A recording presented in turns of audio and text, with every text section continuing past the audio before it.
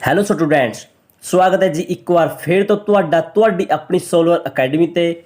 ਜਿਵੇਂ ਤੁਹਾਨੂੰ ਪਤਾ ਹੀ ਹੈ, ਆਪਾਂ ਇਸ ਅਕੈਡਮੀ ਤੇ ਈਟੀਟੀ 59 ਦੀ ਤਿਆਰੀ ਕਰਵਾ ਰਹੇ ਹਾਂ। ਈਟੀਟੀ ਸੈਕਿੰਡ ਪੇਪਰ ਦੀ ਆਪਾਂ ਸੁਪਰ ਪ੍ਰੀਪੈਰੇਸ਼ਨ ਕਰਵਾ ਰਹੇ ਹਾਂ ਤੇ ਆਪਣਾ ਜਿਹੜਾ ਸਬਜੈਕਟ ਹੈ ਉਹ ਹੈਗਾ ਸੋਸ਼ਲ ਸਾਇੰਸ ਤੇ ਉਸ ਦਾ ਪਾਰਟ ਹੈ ਜੀਓਗ੍ਰਾਫੀ ਯਾਨੀ ਕਿ ਭੂਗੋਲ। ਆਪਾਂ ਇਸ ਨੂੰ ਕਰਾਂਗੇ ਤੇ ਇਸ ਦਾ ਜਿਹੜਾ ਦੂਜਾ ਲੈਸਨ ਹੈ ਉਹ ਹੈ ਧਰਾਤਲ ਤੇ ਇਸ ਦਾ ਅੱਜ ਆਪਾਂ ਪਾਰਟ 1 ਕਰਾਂਗੇ। ਲੈਸਨ ਪਹਿਲਾ ਯਾਨੀ ਕਿ ਭਾਰਤਿਕ ਜਾਣ ਪਛਾਣ ਉਹ ਆਪਾਂ ਕਰਾ ਚੁੱਕੇ ਆ। ਤੁਸੀਂ ਇਸ ਵੀਡੀਓ ਦੇ ਡਿਸਕ੍ਰਿਪਸ਼ਨ ਵਿੱਚ ਜਾ ਕੇ ਉਹ ਵੀਡੀਓ ਦੇਖ ਸਕਦੇ ਹੋ ਤੇ ਆਪਾਂ ਜ਼ਿਆਦਾ ਸਮਾਂ ਲੈਂਦੇ ਹੋਏ ਵੀਡੀਓ ਨੂੰ ਸਟਾਰਟ ਕਰਦੇ ਆ ਤੇ ਆਪਣਾ ਪਹਿਲਾ ਪੁਆਇੰਟ ਦੇਖਦੇ ਆ। ਤੇ ਆਪਣਾ ਪਹਿਲਾ ਪੁਆਇੰਟ ਹੈ, ਭਾਰਤ ਦੇ ਉੱਤਰ ਵੱਲ ਵਿਸ਼ਾਲ ਅਤੇ ਘੱਟ ਪ੍ਰਾਚੀਨ ਜਾਂ ਜਵਾਨ ਹਿਮਾਲਿਆ ਪਰਬਤ ਦੀ ਲੜੀ ਹੈ। ਜਿਹੜਾ ਆਪਣਾ ਭਾਰਤ ਦੇਸ਼ ਹੈ ਉਹਦੇ ਉੱਤਰ ਵੱਲ ਵਿਸ਼ਾਲ ਯਾਨੀ ਕਿ ਬਹੁਤ ਵਿਸ਼ਾਲ ਅਤੇ ਘੱਟ ਪ੍ਰਾਚੀਨ ਯਾਨੀ ਕਿ ਜਵਾਨ ਹਿਮਾਲਿਆ ਪਰਬਤਾਂ ਦੀ ਲੜੀ ਹੈ, ਯਾਨੀ ਕਿ ਹਿਮਾਲਿਆ ਪਰਬਤ ਸਥਿਤ ਹੈ। ਤੇ ਇਸ ਦਾ ਆਪਾਂ ਦੂਜਾ ਪੁਆਇੰਟ ਦੇਖਦੇ ਹਾਂ। ਦੂਜਾ ਪੁਆਇੰਟ ਹੈ ਕਿ ਮੱਧ ਅਤੇ ਦੱਖਣ ਵਿੱਚ ਸੰਸਾਰ ਦੇ ਸਭ ਤੋਂ ਪੁਰਾਣੇ ਭੂ-ਭਾਗਾਂ ਵਿੱਚ ਇੱਕ ਪ੍ਰਾਇਦੀਪ ਪਠਾਰ ਹੈ। ਜਿਵੇਂ ਹਿਮਾਲਿਆ ਪਰਬਤ ਹੈ, ਉੱਦਾਂ ਹੀ ਮੱਧ ਅਤੇ ਦੱਖਣ, ਭਾਰਤ ਦੇ ਮੱਧ ਅਤੇ ਦੱਖਣ ਵਿੱਚ ਸੰਸਾਰ ਦੇ ਸਭ ਤੋਂ ਪੁਰਾਣੇ ਆਪਾਂ ਕਹਿ ਸਕਦੇ ਹਾਂ ਪ੍ਰਾਇਦੀਪ ਪਠਾਰ ਹੈ। ਤੇ ਆਪਾਂ ਇਸ ਦਾ ਨੈਕਸਟ ਪੁਆਇੰਟ ਦੇਖਦੇ ਹਾਂ। ਨੈਕਸਟ ਪੁਆਇੰਟ ਹੈ ਜੀ, ਭਾਰਤ ਦੇ ਕੁੱਲ ਖੇਤਰਫਲ ਦੇ 18.6% ਭੂ-ਭਾਗ ਵਿੱਚ ਪਹਾੜੀਆਂ, 10.7% ਭੂ-ਭਾਗ ਵਿੱਚ ਉੱਚੇ ਪਹਾੜ, 27.7% ਵਿੱਚ ਪ੍ਰਾਇਦੀਪ ਪਠਾਰ ਅਤੇ 43% ਭੂ-ਭਾਗ ਵਿੱਚ ਮੈਦਾਨ ਹਨ। ਜੇ ਯਾਨੀ ਕਿ ਜਿੰਨਾ ਆਪਣਾ ਭਾਰਤ ਦਾ ਕੁੱਲ ਖੇਤਰਫਲ ਹੈ, ਜੇ ਆਪਾਂ ਭਾਰਤ ਦੇ ਖੇਤਰਫਲ ਨੂੰ 100% ਮੰਨ ਲਈਏ ਤਾਂ ਉਸਦੇ 18.6% ਭੂ-ਭਾਗ ਵਿੱਚ ਪਹਾੜੀਆਂ ਆਉਂਦੀਆਂ ਨੇ, 10.7% ਭੂ-ਭਾਗ ਵਿੱਚ ਉੱਚੇ ਪਹਾੜ, 27.7% ਭੂ-ਭਾਗ ਵਿੱਚ ਪ੍ਰਾਇਦੀਪ ਪਠਾਰ ਆਉਂਦੇ ਨੇ ਤੇ 43% ਯਾਨੀ ਕਿ ਸਭ ਤੋਂ ਵੱਧ ਭੂ-ਭਾਗ ਵਿੱਚ ਮੈਦਾਨ ਆਉਂਦੇ ਨੇ। ਤੇ ਆਪਾਂ ਇਸ ਦਾ ਨੈਕਸਟ ਪੁਆਇੰਟ ਦੇਖਦੇ ਹਾਂ। ਇਸ ਦਾ ਨੈਕਸਟ ਪੁਆਇੰਟ ਹੈ, ਭੂ ਆਕ੍ਰਿਤੀਆਂ ਪੱਖੋਂ ਭਾਰਤ ਨੂੰ ਅਸੀਂ 5 ਭਾਗਾਂ ਵਿੱਚ ਵੰਡ ਸਕਦੇ ਆ। ਯਾਨੀ ਕਿ ਭੂ ਆਕ੍ਰਿਤੀਆਂ ਪੱਖੋਂ ਆਪਾਂ ਭਾਰਤ ਨੂੰ ਕਿੰਨੇ ਭਾਗਾਂ ਵਿੱਚ ਵੰਡਾਂਗੇ? 5 ਭਾਗਾਂ ਵਿੱਚ। ਤੇ ਆਪਾਂ ਉਹ 5 ਭਾਗ ਦੇਖ ਲੈਂਦੇ ਆ। ਉਹਨਾਂ 5 ਭਾਗਾਂ ਵਿੱਚ ਪਹਿਲਾ ਭਾਗ ਹੈ ਵਿਸ਼ਾਲ ਹਿਮਾਲਿਆ ਪਰਬਤ, ਦੂਜਾ ਹੈ ਉੱਤਰ ਦੇ ਵਿਸ਼ਾਲ ਮੈਦਾਨ ਯਾਨੀ ਕਿ ਮਾਰੂਥਲ, ਤੀਜਾ ਹੈ ਪ੍ਰਾਇਦੀਪ ਪਠਾਰ, ਚੌਥਾ ਹੈ ਤੱਟ ਦੇ ਮੈਦਾਨ, ਪੰਜਵਾਂ ਹੈ ਭਾਰਤੀ ਦੀਪ ਸਮੂਹ।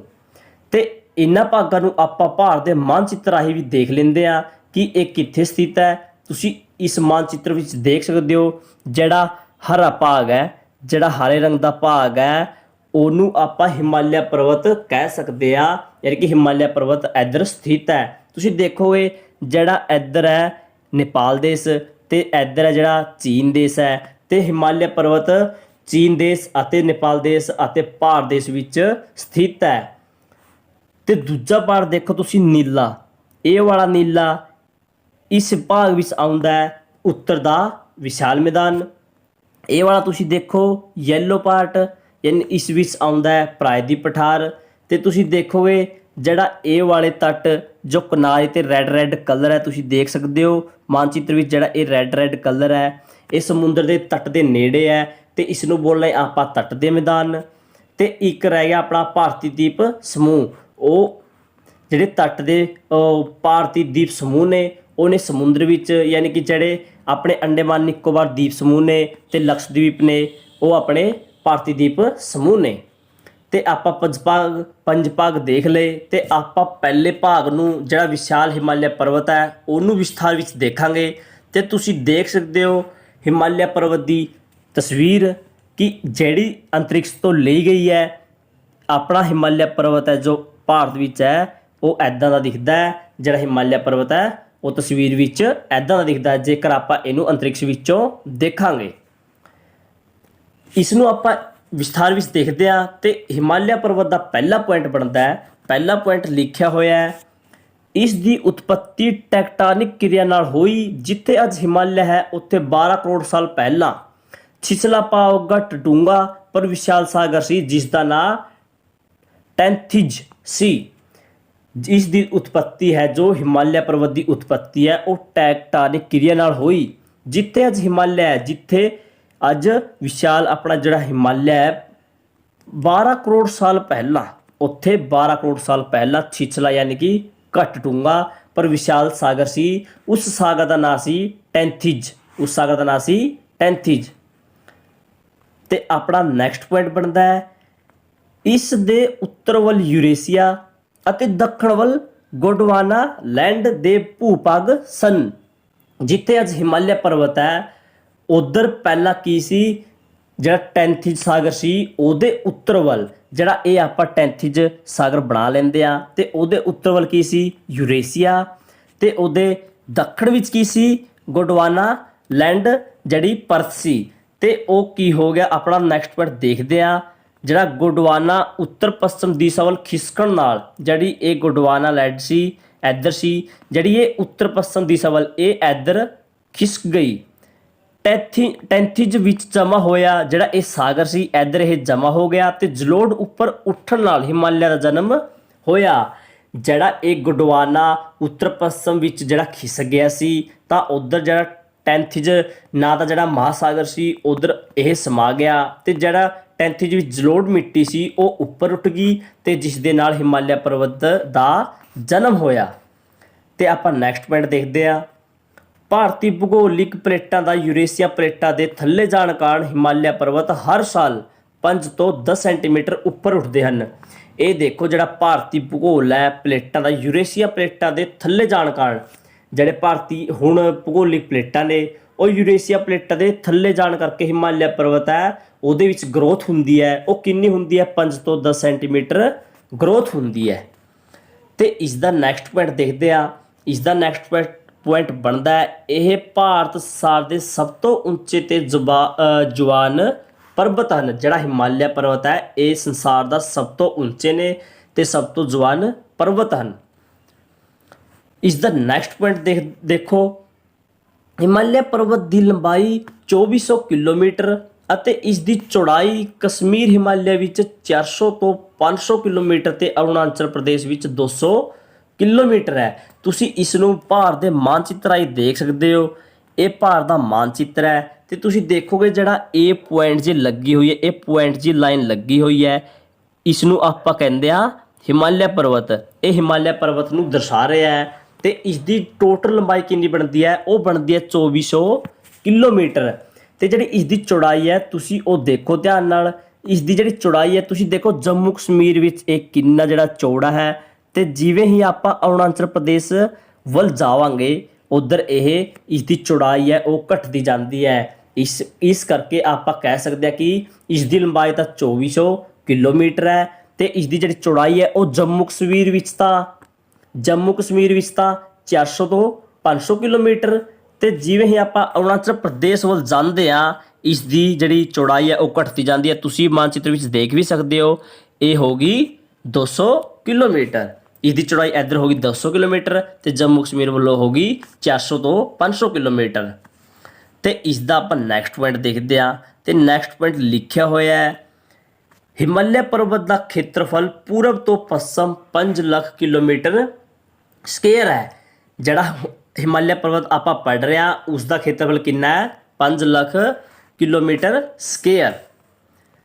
ਅੱਗੇ ਦੇਖੋ, ਅੱਗੇ ਪੁਆਇੰਟ ਬਣਦਾ ਹੈ, ਇਸ ਦੀ ਦੱਖਣੀ ਢਾਲ ਭਾਰਤ ਵੱਲ ਬਹੁਤ ਤਿੱਖੀ ਹੈ ਪਰ ਉੱਤਰੀ ਢਾਲ ਚੀਨ ਵੱਲ ਸਾਧਾਰਨ ਹੈ। ਇਸ ਕਰਕੇ ਦੱਖਣੀ ਵੱਲ ਇਸ ਨੂੰ ਪਾਰ ਕਰਨਾ ਔਖਾ ਹੈ। ਜਿਹੜਾ ਹਿਮਾਲਿਆ ਪਰਬਤ ਹੈ ਉਹਦੀ ਦੱਖਣੀ ਢਾਲ ਜਿਹੜੀ ਕਿ ਭਾਰਤ ਵੱਲ ਹੈ ਬਹੁਤ ਤਿੱਖੀ ਹੈ, ਪਰ ਉੱਤਰੀ ਢਾਲ ਜਿਹੜੀ ਕਿ ਚੀਨ ਦੇਸ਼ ਵੱਲ ਹੈ ਉਹ ਬਿਲਕੁਲ ਸਧਾਰਨ ਹੈ। ਇਸ ਕਰਕੇ ਦੱਖਣੀ ਢਾਲ ਯਾਨੀ ਕਿ ਆਪਣਾ ਭਾਰਤ ਵੱਲ ਨੂੰ ਇਸ ਨੂੰ ਪਾਰ ਕਰਨਾ ਬਹੁਤ ਔਖਾ ਹੈ। ਕਿਉਂ ਔਖਾ ਹੈ? ਕਿਉਂਕਿ ਇਸ ਦੀ ਢਾਲ ਭਾਰਤ ਵੱਲ ਤਿੱਖੀ ਹੈ।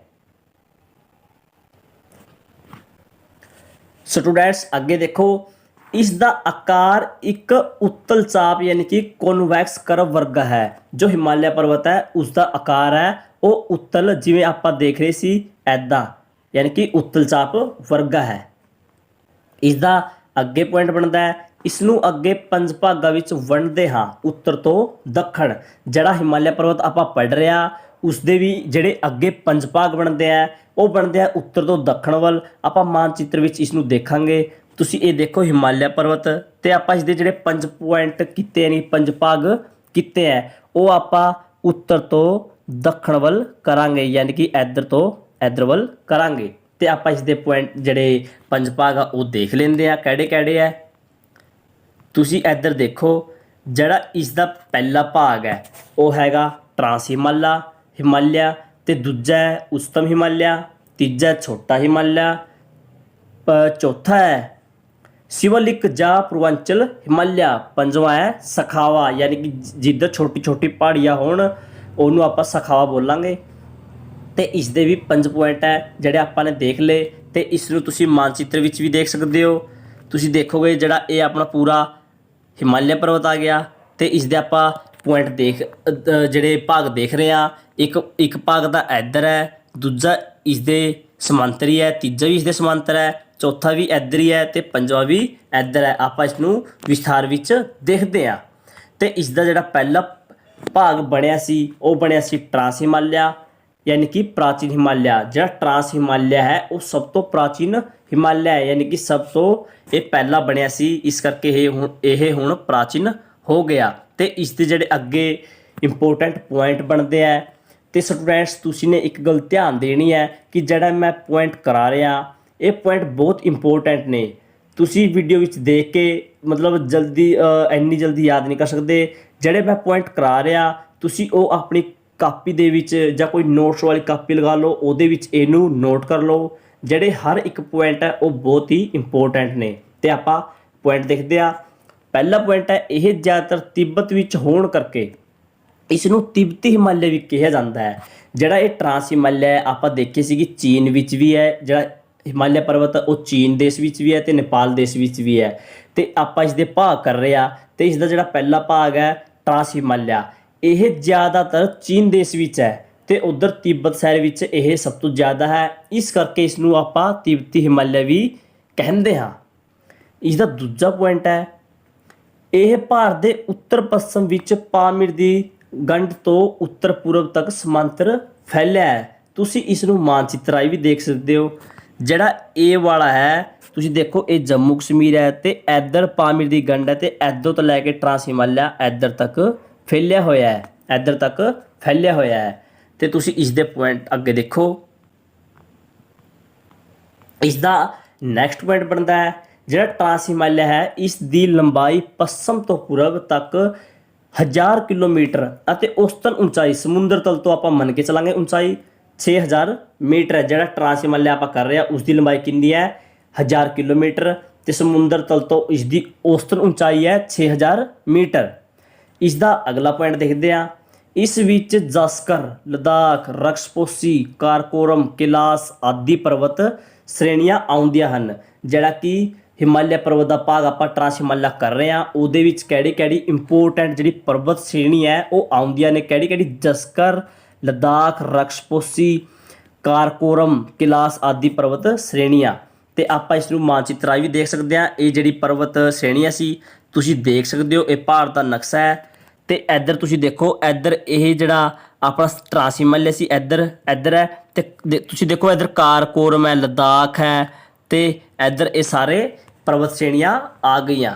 ਇੰਪੋਰਟੈਂਟ ਜਿਹੜੀ ਪਰਬਤ ਸ਼੍ਰੇਣੀ ਹੈ ਉਹ ਟਰਾਂਸ ਹਿਮਾਲਿਆ ਤੇ ਆ ਰਹੀਆਂ ਨੇ।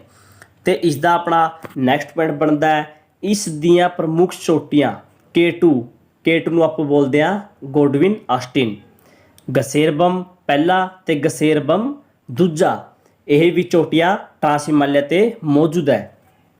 ਤੇ K2 ਦਾ ਇੰਪੋਰਟੈਂਟ ਤੁਸੀਂ ਇੱਕ ਪੁਆਇੰਟ ਦੇਖੋ, K2 ਗੋਡਵਿਨ ਆਸਟਿਕ ਜਿਹਨੂੰ ਆਪਾਂ ਕਹਿੰਦੇ ਹਾਂ, ਜੋ ਕਿ ਭਾਰਤ ਦੀ ਸਭ ਤੋਂ ਉੱਚੀ ਅਤੇ ਸੰਸਾਰ ਦੀ ਦੂਜੀ ਉੱਚੀ ਚੋਟੀ ਹੈ। ਇਸ ਦੀ ਉਚਾਈ 8611 ਮੀਟਰ ਹੈ।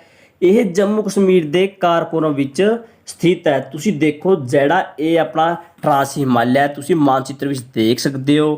ਤੁਸੀਂ ਦੇਖੋਗੇ ਜਿਹੜਾ ਇਹ ਜੰਮੂ ਕਸ਼ਮੀਰ ਹੈ, ਇੱਧਰ ਜੰਮੂ ਕਸ਼ਮੀਰ ਹੈ ਤੇ ਇੱਧਰ ਜਿਹੜਾ ਟਰਾਂਸ ਹਿਮਾਲਿਆ ਵਿੱਚ K1, K2, K3 ਤੇ K4 ਇਹ ਵਾਲੀ ਜਿਹੜੀ ਲੜੀਆਂ ਹਨ। ਤੇ ਜਿਹੜਾ K2 ਅਤੇ K4 ਇਹਨਾਂ ਵਿੱਚੋਂ ਇੰਪੋਰਟੈਂਟ ਹੈ ਤੇ ਉਹਨਾਂ ਵਿੱਚ ਵੀ ਜਿਹੜਾ K2 ਹੈ ਉਹ ਸਭ ਤੋਂ ਇੰਪੋਰਟੈਂਟ ਹੈ। ਕਿਉਂ ਇੰਪੋਰਟੈਂਟ ਹੈ? ਕਿਉਂਕਿ ਇਹ ਸਭ ਤੋਂ ਉੱਚੀ ਜਿਹੜੀ ਭਾਰਤ ਦੀ ਤਾਂ ਸਭ ਤੋਂ ਉੱਚੀ ਚੋਟੀ ਹੈ ਤੇ ਸੰਸਾਰ ਵਿੱਚ ਲਾਈਏ ਆਪਾਂ ਦੂਜੀ ਚੋਟੀ ਹੈ ਸਭ ਤੋਂ ਉੱਚੀ ਚੋਟੀ, ਜਿਹੜੀ ਕਿ ਜੰਮੂ ਕਸ਼ਮੀਰ ਵਿੱਚ ਕਾਰਾਕੋਰਮ ਵਿੱਚ ਇਹ ਚੋਟੀ ਹੈ। ਤੇ ਤੁਸੀਂ ਅਗਲਾ ਪੁਆਇੰਟ ਦੇਖੋ, ਤੁਸੀਂ ਇਸ ਦਾ ਨੈਕਸਟ ਪੁਆਇੰਟ ਦੇਖੋਗੇ, ਤੁਸੀਂ ਨੇ ਇਹ ਗੱਲ ਵੀ ਨੋਟ ਕਰ ਲੈਣੀ ਹੈ ਕਿ ਜਿਹੜੀ ਇੰਪੋਰਟੈਂਟ ਹੈ, ਜਿਹੜੀ ਆਪਾਂ K2 ਦੀ ਜਿਹੜੀ ਚੋਟੀ ਆਪਾਂ ਕੀਤੀ ਹੈ ਉਸ ਦੀ ਜਿਹੜੀ ਉਚਾਈ ਹੈ ਉਹ ਕਿੰਨੀ ਹੈ 8611 ਮੀਟਰ ਹੈ। ਭਾਰਤ ਵਿੱਚ ਇਹ ਸਭ ਤੋਂ ਉੱਚੀ ਚੋਟੀ ਹੈ ਤੇ ਸੰਸਾਰ ਦੀ ਦੂਜੀ ਉੱਚੀ ਚੋਟੀ ਹੈ। ਪਹਿਲੇ ਨੰਬਰ ਦੀ ਸੰਸਾਰ ਦੀ ਸਭ ਤੋਂ ਉੱਚੀ ਚੋਟੀ ਹੈ ਮਾਊਂਟ ਐਵਰੈਸਟ ਤੇ ਭਾਰਤ ਦੀ ਇਹ ਪਹਿਲੀ ਉੱਚੀ ਚੋਟੀ ਬਣਦੀ ਹੈ। ਤੇ ਨੈਕਸਟ ਪੁਆਇੰਟ ਦੇਖੋਗੇ, ਇਸ ਵਿੱਚ ਲਿਖਿਆ ਹੈ ਕਿ ਇਸ ਵਿੱਚ ਸਭ ਤੋਂ ਵੱਡਾ ਗਲੇਸ਼ੀਅਰ ਸਿਆਚਿਨ ਭਾਰਤ ਵਿੱਚ ਹੈ। ਜਿਹੜਾ ਆਪਾਂ ਟਰਾਂਸ ਹਿਮਾਲਿਆ ਕਰ ਰਹੇ ਆ ਉਹਦੇ ਵਿੱਚ ਸੰਸਾਰ ਦਾ ਸਭ ਤੋਂ ਵੱਡਾ ਗਲੇਸ਼ੀਅਰ ਜਿਸ ਦਾ ਨਾਂ ਹੈ ਸਿਆਚਿਨ ਗਲੇਸ਼ੀਅਰ। ਇਹ ਸਿਆਚਿਨ ਗਲੇਸ਼ੀਅਰ ਹੈ ਜੋ ਇਹ ਭਾਰਤ ਵਿੱਚ ਸਥਿਤ ਹੈ। ਆਪਾਂ ਭਾਰਤ ਇੱਕ ਜਾਣ ਪਛਾਣ ਲੈਸਨ ਵਿੱਚ ਕਰਾ ਰਹੇ ਸੀ ਕਿ ਜਿਹੜਾ ਭਾਰਤ ਦੀ ਸਭ ਤੋਂ ਜਿਹੜੀ ਉੱਤਰੀ ਸਿਰ ਹੈ, ਭਾਰਤ ਦਾ ਸਭ ਤੋਂ ਉੱਤਰੀ ਸਿਰ ਹੈ ਉਹ ਕਿੱਥੇ ਬਣਦਾ ਹੈ, ਉਹ ਸਿਆਚਿਨ ਵਿੱਚ ਹੀ ਬਣਦਾ ਹੈ, ਜਿਹੜਾ ਕਿ ਸੰਸਾਰ ਦਾ ਸਭ ਤੋਂ ਵੱਡਾ ਗਲੇਸ਼ੀਅਰ ਹੈ। ਗਲੇਸ਼ੀਅਰ ਮਤਲਬ ਇੱਧਰ ਬਹੁਤ ਜ਼ਿਆਦਾ ਬਰਫ਼ ਹੈ। ਅੱਗੇ ਪੁਆਇੰਟ ਦੇਖਦੇ ਆ ਤੇ ਆਪਣਾ ਆ ਗਿਆ ਦੂਜਾ ਭਾਗ ਹਿਮਾਲਿਆ ਪਰਬਤ ਦਾ ਆਪਾਂ ਦੂਜਾ ਭਾਗ ਕਰਿਆ, ਉਸ ਦਾ ਨਾਂ ਹੈ ਉਚਤਮ ਹਿਮਾਲਿਆ। ਪਹਿਲੇ ਦਾ ਸੀ ਟਰਾਂਸ ਹਿਮਾਲਿਆ ਤੇ ਦੂਜਾ ਭਾਗ ਆਪਾਂ ਕਰ ਰਹੇ ਹਾਂ ਹਿਮਾਲਿਆ ਪਰਬਤ ਦਾ, ਉਸ ਦਾ ਨਾਂ ਹੈ ਉਚਤਮ ਹਿਮਾਲਿਆ। ਤੇ ਇਸ ਦਾ ਆਪਾਂ ਪੁਆਇੰਟ ਦੇਖਦੇ ਆ, ਇਸ ਨੂੰ ਅੰਦਰੂਨੀ ਹਿਮਾਂਦਰੀ ਕੇਂਦਰੀ ਮਹਾਨ ਵਰਿੱਧ ਮੁੱਖ ਅਤੇ ਸਰਵ ਉੱਚ ਹਿਮਾਲਿਆ ਦੇ ਨਾਵਾਂ ਨਾਲ ਵੀ ਜਾਣਿਆ ਜਾਂਦਾ ਹੈ। ਤੁਸੀਂ ਇਹ ਗੱਲ ਧਿਆਨ ਰੱਖਣੀ ਹੈ ਕਿ ਜਿਹੜਾ ਉਚਤਮ ਹਿਮਾਲਿਆ, ਜਿਹੜਾ ਹਿਮਾਲਿਆ ਪਰਬਤ ਦਾ ਦੂਜਾ ਭਾਗ ਹੈ, ਉਸ ਦੇ ਕਈ ਨਾਂ ਨੇ, ਉਹ ਤੁਸੀਂ ਨੇ ਯਾਦ ਕਰ ਲੈਣੇ ਆ। ਪਹਿਲਾ ਨਾਂ ਹੈ ਅੰਦਰੂਨੀ ਹਿਮਾਲਿਆ, ਇਸ ਨੂੰ ਅੰਦਰੂਨੀ ਹਿਮਾਲਿਆ ਵੀ ਕਹਿੰਦੇ ਆ, ਹਿਮਾਂਦਰੀ ਹਿਮਾਲਿਆ ਵੀ ਕਹਿੰਦੇ ਆ, ਕੇਂਦਰੀ ਹਿਮਾਲਿਆ ਵੀ ਕਹਿੰਦੇ ਆ, ਮਹਾਨ ਹਿਮਾਲਿਆ ਵੀ ਕਹਿੰਦੇ ਆ, ਵਰਿੱਧ ਹਿਮਾਲਿਆ ਵੀ ਕਹਿੰਦੇ ਆ ਤੇ ਮੁੱਖ ਤੇ ਸਰਵਉੱਚ ਹਿਮਾਲਿਆ ਵੀ ਕਹਿੰਦੇ ਆ। ਇਹ ਕਿਉਂ ਕਹਿੰਦੇ ਆ? ਕਿਉਂਕਿ ਜਿਹੜਾ ਇਹ ਹਿਮਾਲਿਆ, ਜਿਹੜਾ ਇਹ ਦੂਜਾ ਭਾਗ ਹੈ, ਇਹ ਸਭ ਤੋਂ ਉਚਤਮ, ਸਭ ਤੋਂ ਉੱਚਾ ਹਿਮਾਲਿਆ ਹੈ ਤੇ ਇਹ ਕੇਂਦਰ ਵਿੱਚ ਹੈ, ਯਾਨੀ ਕਿ ਇਹ ਵਿਚਾਲੇ ਹੈ ਤੇ ਇਹ ਮਹਾਨ ਹੈ, ਇਹ ਸਭ ਤੋਂ ਵੱਡਾ ਹੈ, ਸਭ ਤੋਂ ਲੰਬਾ ਹੈ। ਇਹ ਵਰਿੱਧ ਯਾਨੀ ਕਿ ਸਭ ਤੋਂ ਜਿਹੜਾ ਇਹ ਪੁਰਾਣਾ ਹੈ। ਮੁੱਖ ਵੀ ਇਹੀ ਹਿਮਾਲਿਆ ਹੈ ਤੇ ਸਰਵ ਉੱਚ, ਸਭ ਤੋਂ ਉੱਚਾ ਹਿਮਾਲਿਆ ਵੀ ਇਹੀ ਹੈ। ਤੇ ਆਪਾਂ ਇਸ ਦੇ ਹੋਰ ਪੁਆਇੰਟ ਦੇਖਦੇ ਹਾਂ। ਇਸ ਦੇ ਪੁਆਇੰਟ ਹੈ, ਇਹ ਉੱਤਰ ਪੱਛਮ ਵਿੱਚ ਨੰਗਾ ਪਰਬਤ ਤੋਂ ਲੈ ਕੇ ਪੂਰਬ ਵਿੱਚ ਨਾਮਚਾ ਬਰਵਾ ਪਰਬਤ ਅਰੁਣਾਚਲ ਪ੍ਰਦੇਸ਼ ਤੱਕ ਫੈਲਿਆ ਹੋਇਆ ਹੈ। ਜਿਹੜਾ ਇਹ ਮਹਾਨ ਹਿਮਾਲਿਆ, ਜਿਹੜਾ ਆਪਾਂ ਉਚਤਮ ਹਿਮਾਲਿਆ ਕਰ ਰਹੇ ਆ, ਇਹ ਕਿੱਥੋਂ ਤੋਂ ਕਿੱਥੋਂ ਤੱਕ ਫੈਲਿਆ ਹੈ ਤੁਸੀਂ ਦੇਖ ਸਕਦੇ ਹੋ ਮਾਨਚਿੱਤਰ ਵਿੱਚ ਵੀ। ਜਿਹੜਾ ਇਹ ਦੇਖੋ, ਤੁਸੀਂ ਮਾਨਚਿੱਤਰ ਵਿੱਚ ਦੇਖੋਗੇ, ਜਿਹੜਾ ਇੱਧਰ ਲਿਖਿਆ ਨੰਗਾ ਪਰਬਤ ਤੇ ਇੱਧਰ ਤੋਂ ਲੈ ਕੇ ਇਹ ਅਰੁਣਾਚਲ ਪ੍ਰਦੇਸ਼ ਤੱਕ ਨਾਮਚਾ ਪਰਬਤ ਤੱਕ ਇਹ ਫੈਲਿਆ ਹੋਇਆ ਹੈ। ਇਹ ਯਾਨੀ ਕਿ ਸਭ ਤੋਂ ਜ਼ਿਆਦਾ ਇਹ ਲੰਬਾ ਹਿਮਾਲਿਆ ਹੈ। ਜਿਹੜਾ ਆਪਾਂ ਟਰਾਂਸ ਹਿਮਾਲਿਆ ਕਰਿਆ ਸੀ ਉਹ ਇੱਧਰ ਤੱਕ ਹੈ, ਸਿਰਫ ਇੱਧਰ ਤੱਕ।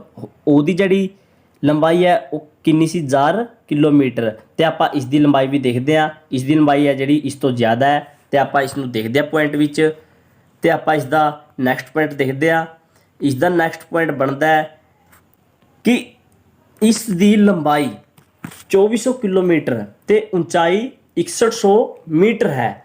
ਤੁਸੀਂ ਦੇਖਿਆ ਹੋਵੇਗਾ ਕਿ ਇਹ ਟਰਾਂਸ ਹਿਮਾਲਿਆ ਤੋਂ ਲੰਬਾ ਹੈ, ਯਾਨੀ ਕਿ ਇਸ ਦੀ ਲੰਬਾਈ ਜ਼ਿਆਦਾ ਹੈ। ਉਸ ਦੀ ਲੰਬਾਈ ਸੀ 1000 ਕਿਲੋਮੀਟਰ ਤੇ ਇਸ ਦੀ ਲੰਬਾਈ ਹੈ 2400 ਕਿਲੋਮੀਟਰ ਤੇ ਉਚਾਈ ਕਿੰਨੀ ਹੈ 6100 ਮੀਟਰ। ਤੇ ਇਹ ਉਸ ਤੋਂ ਉੱਚਾ ਵੀ ਹੈ ਤੇ ਇਹ ਉਸ ਤੋਂ ਲੰਬਾ ਵੀ ਹੈ। ਇਸ ਕਰਕੇ ਇਸ ਨੂੰ ਮਹਾਨ, ਉਚਤਮ, ਵਰਿੱਧ ਸਭ ਕੁਝ ਜਿਹੜਾ ਹਿਮਾਲਿਆ ਇਸ ਨੂੰ ਕਿਹਾ ਜਾਂਦਾ ਹੈ। ਤੇ ਇਸ ਦਾ ਨੈਕਸਟ ਪੁਆਇੰਟ ਦੇਖੋ, ਇਸ ਵਿੱਚ ਉੱਚੀਆਂ ਚੋਟੀਆਂ ਜਿਵੇਂ ਕਿ ਕੰਚਨਜੰਗਾ, ਲੋਹਤਸੇ, ਮਕਾਲੂ, ਧੌਲਗਿਰੀ, ਨੰਗਾ ਪਰਬਤ, ਅੰਨਪੂਰਣਾ, ਗੋਸਾਈਨਾਥਨ ਅਤੇ ਮਾਊਂਟ ਐਵਰੈਸਟ ਵੀ ਸਥਿਤ ਹੈ। ਆਪਾਂ ਨੇ ਪੜ੍ਹਿਆ ਹੋਇਆ ਕਿ ਮਾਊਂਟ ਐਵਰੈਸਟ ਸੰਸਾਰ ਦੀ ਸਭ ਤੋਂ ਉੱਚੀ ਚੋਟੀ ਹੈ।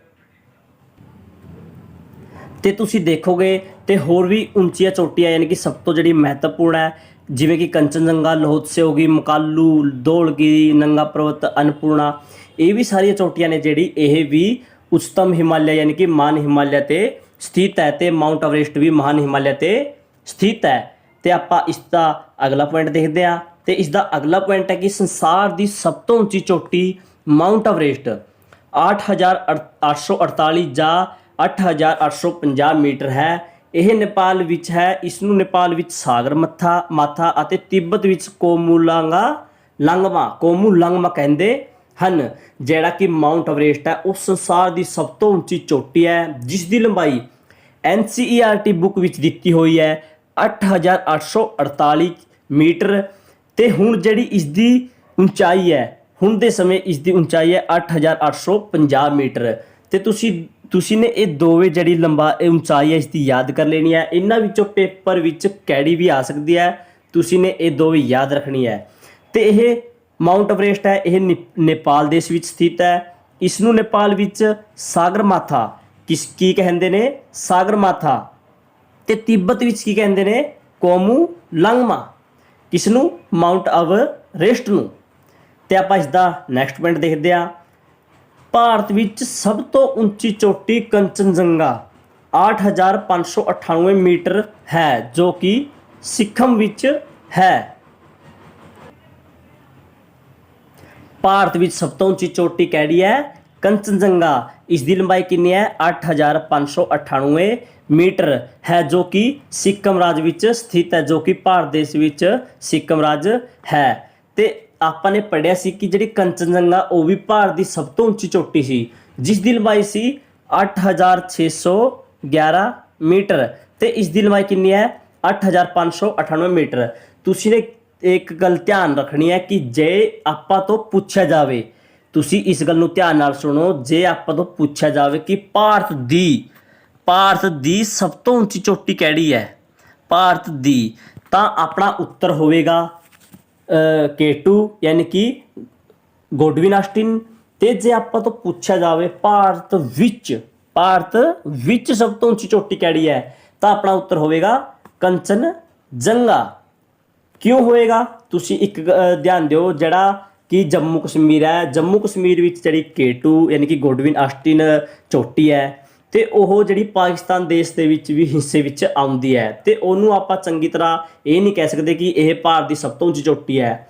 ਇਸ ਕਰਕੇ ਜੇ ਆਪਾਂ ਤੋਂ ਪੁੱਛਿਆ ਜਾਵੇ ਕਿ ਭਾਰਤ ਦੀ ਸਭ ਤੋਂ ਉੱਚੀ ਚੋਟੀ ਕਿਹੜੀ ਹੈ, ਤਾਂ ਆਪਣਾ ਉੱਤਰ ਹੋਵੇਗਾ K2 ਯਾਨੀ ਕਿ ਗੋਡਵਿਨ ਆਸਟਿਨ। ਤੇ ਜੇਕਰ ਆਪਾਂ ਤੋਂ ਪੁੱਛਿਆ ਜਾਵੇ ਕਿ ਭਾਰਤ ਵਿੱਚ ਹੈ, ਇਹ ਸਿੱਕਮ ਰਾਜ ਵਿੱਚ ਹੈ, ਭਾਰਤ ਵਿੱਚ ਸਭ ਤੋਂ ਉੱਚੀ ਚੋਟੀ ਕਿਹੜੀ ਹੈ, ਕੰਚਨਜੰਗਾ। ਤੇ ਇਹ ਇਸ ਦੀ ਉਚਾਈ ਹੈ 8,598 ਮੀਟਰ।